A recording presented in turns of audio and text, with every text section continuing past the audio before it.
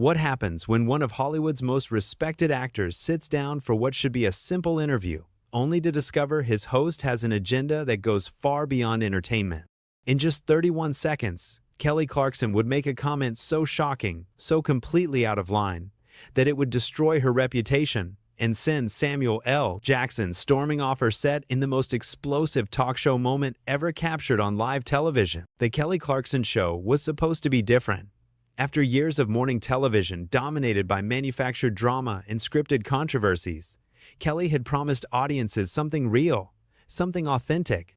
Her warm smile and girl-next-door charm had won over millions of viewers who tuned in daily for what they believed was genuine conversation with their favorite celebrities. But on this particular Tuesday morning, something was wrong.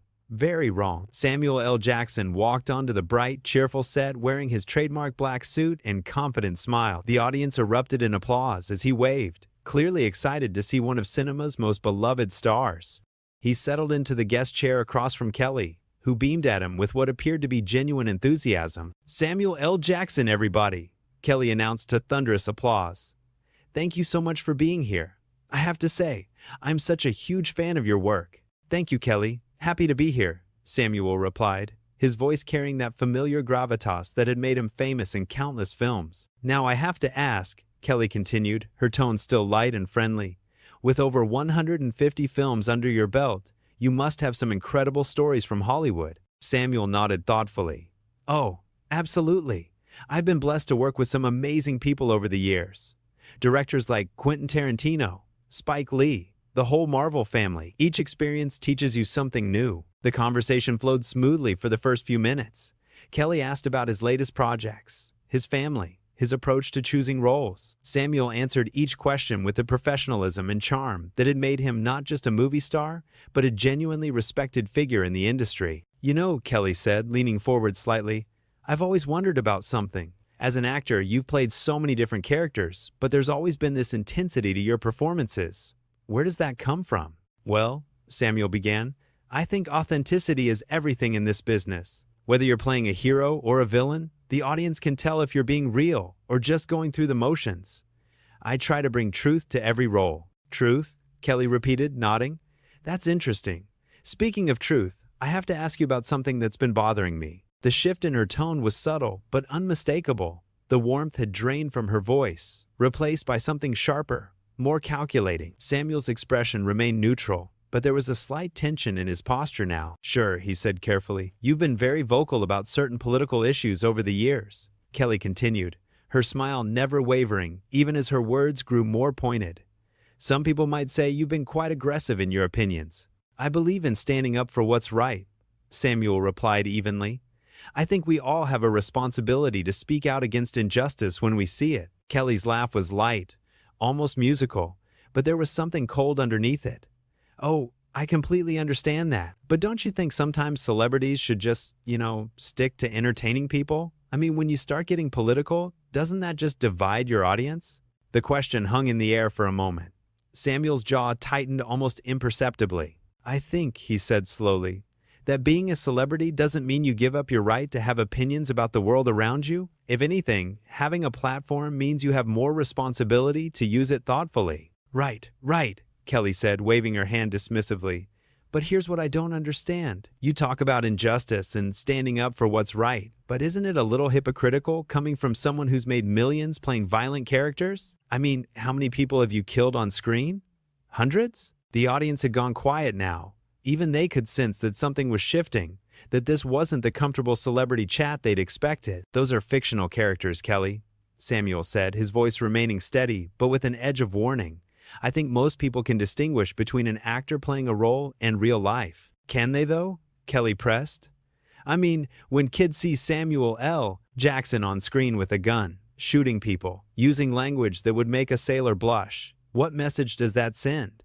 And then you turn around and lecture people about morality and justice? It seems a bit contradictory to me." Samuel stared at her for a long moment. The studio lights seemed harsher now, the bright colors of the set almost garish under the sudden tension. "Are you seriously suggesting," he said slowly, "that playing fictional characters somehow disqualifies me from having opinions about real-world issues?" "I'm just saying," Kelly replied, her tone still artificially sweet, That maybe someone who's built a career on screen violence shouldn't be so quick to judge others. That's all. The words hit like a slap. Samuel's eyes flashed with something dangerous, the kind of controlled fury that had made him so compelling on screen but was now very, very real. Judge others? He repeated. Kelly, I think you might want to be more careful about how you frame this conversation. But Kelly Clarkson was just getting started. What happened next would shock everyone in that studio and prove that sometimes the most dangerous person in the room is the one with the biggest smile. Oh, Samuel, Kelly said with a laugh that sounded like breaking glass. I think you're being a little sensitive. I'm just having a conversation here. Sensitive? Samuel's voice dropped to that low, dangerous register that anyone who'd seen Pulp Fiction would recognize. Kelly, you just accused me of being a hypocrite for having opinions while being an actor? That's not conversation. That's an attack. Kelly's smile widened, but her eyes remained cold. An attack? Come on, Samuel. You're a big, tough guy, right? I mean, that's your whole image. The badass who doesn't take anything from anybody. Surely you can handle a few simple questions. The condescension in her voice was unmistakable now. Samuel leaned back in his chair, studying her with the intensity of a predator sizing up its prey. What exactly are you trying to do here, Kelly? He asked quietly. I'm trying to have an honest conversation, she replied, her voice dripping with false innocence. You see, Samuel, I've been doing some research on you, and I found some very interesting things. She reached over to her desk and picked up a stack of papers, waving them dramatically. Did you know that you once got arrested for holding board members hostage during a protest in college? That's right, folks. Our guest here has quite the history with law enforcement. The audience shifted uncomfortably. This wasn't the light entertainment they'd come for. Samuel's face had gone stone cold. That was 40 years ago, Kelly. I was protesting segregation and fighting for civil rights. I'm proud of that arrest. Oh, I'm sure you are, Kelly said mockingly. And what about all those interviews where you've used profanity? The angry outbursts? The threats against politicians? You have quite the temper, don't you, Samuel? I have passion for justice, Samuel replied, his voice deadly calm. If that bothers you, that says more about you than it does about me. Kelly laughed again, that same brittle sound. Justice? Is that what we're calling it? Because from where I sit, it looks more like an angry man who can't control himself. Tell me, Samuel, do you ever worry that you might be part of the problem instead of the solution? The question hit the studio like a bomb. Even the crew members behind the cameras looked uncomfortable. Samuel's hands gripped the arms of his chair. Excuse me? He said, his voice barely above a whisper. Well, think about it, Kelly continued, clearly enjoying herself now. You're always talking about racism and inequality, but you've made a fortune playing stereotypical roles. The angry black man with a gun, the criminal, the villain. Don't you think you've contributed to some of the very stereotypes you claim to be fighting against? The silence in the studio was deafening. Samuel stared at Kelly with an expression that could have melted steel. When he spoke, his voice was so quiet that everyone had to strain to hear him. Did you just say what I think you said? I'm just asking questions that I think a lot of people want to ask, Kelly replied, her smile never faltering. You've built your career on playing dangerous black men, and now you want to lecture everyone about social justice? Don't you see the irony in that? Samuel stood up slowly from his chair. The movement was deliberate, controlled, but everyone in the studio could feel the fury radiating from him. Lady, he said, his voice carrying the full weight of decades of experience dealing with exactly this kind of ignorance. You just crossed a line that you can't uncross. Kelly looked up at him, still smiling, but for the first time, there was a flicker of uncertainty in her eyes. Samuel, please sit down. We're having a discussion here. No, Samuel said firmly. We're not having a discussion. You're trying to tear me down on live television using some of the oldest, most disgusting tactics in the book. And I'm not going to sit here and let you do it. Oh, come on, Kelly said, but her voice had lost some of its earlier confidence. You're being dramatic. I'm just asking tough questions. Isn't that what journalists are supposed to do? Samuel's laugh was harsh and bitter. Journalist? Is that what you think you are? Kelly, you're not a journalist. You're a talk show host who just tried to use racist talking points to attack a guest. There's a difference. The color drained from Kelly's face.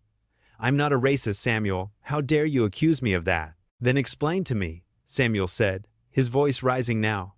Why you think playing fictional characters somehow means I can't have opinions about real-world injustice. Explain to me why you think I've contributed to stereotypes by taking roles that put food on my table and supported my family.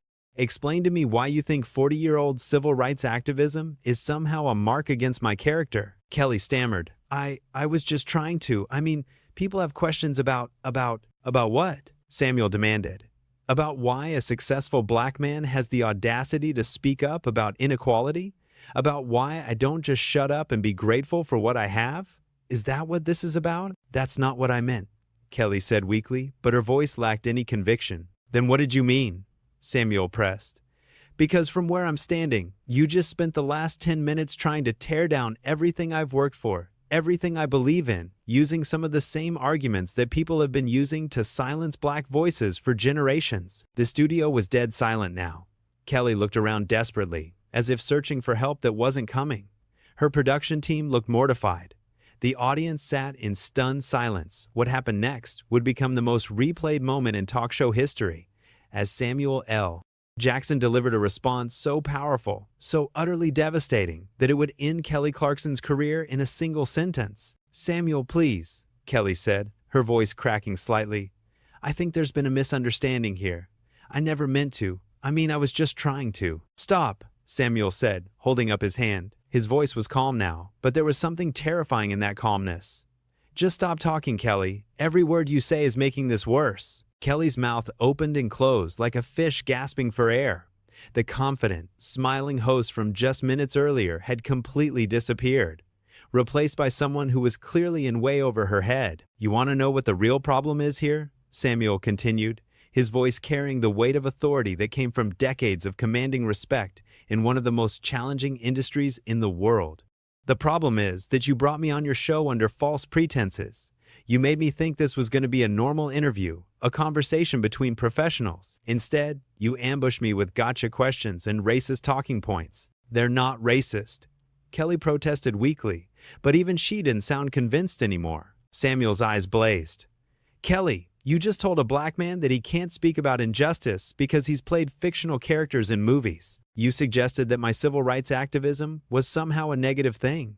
You implied that I've hurt my own community by taking roles that supported my family. If that's not racism, then what exactly do you call it? Kelly looked around the studio desperately. Her producers were frantically making hand gestures from behind the cameras, but there was no way to salvage this disaster. The damage had been done, and it was getting worse by the second. I call it asking hard questions, Kelly said, but her voice was barely above a whisper now. Hard questions? Samuel's voice rose again. Kelly, hard questions would be asking me about the craft of acting, about the challenges of Hollywood, about my experiences working with great directors. What you did was try to use my success against me, try to make me feel guilty for having opinions while black. The phrase hung in the air like a thunderclap. Kelly's face went white as paper. I didn't, I would never, she stammered. You would never what? Samuel demanded. You just did, Kelly. On live television, in front of your audience, you just tried to put me in my place using arguments that come straight out of the racist playbook. And the worst part is, I don't think you even realize how offensive you're being. Kelly's eyes filled with tears, but they weren't tears of remorse. They were tears of someone who had been caught, exposed, and had no way out. Samuel, I'm sorry if you took it that way, but that's not what I intended, she said, her voice breaking. If I took it that way? Samuel's voice was incredulous. Kelly, there's only one way to take it. You just spent 15 minutes trying to tear down a guest on your show using some of the most disgusting tactics I've ever experienced in 30 years of doing interviews. He took a step closer to her desk, his presence filling the entire studio. Let me tell you something, Kelly Clarkson, he said, his voice dropping to that dangerous whisper again. I have been in this business longer than you've been alive. I have faced real racism, real discrimination, real challenges that you couldn't even imagine. And I have earned the right to have opinions, to speak my mind, to stand up for what I believe in. Kelly was crying openly now, but Samuel wasn't finished. You want to question my integrity? My right to speak about injustice? My contributions to my community? His voice began to rise with each question.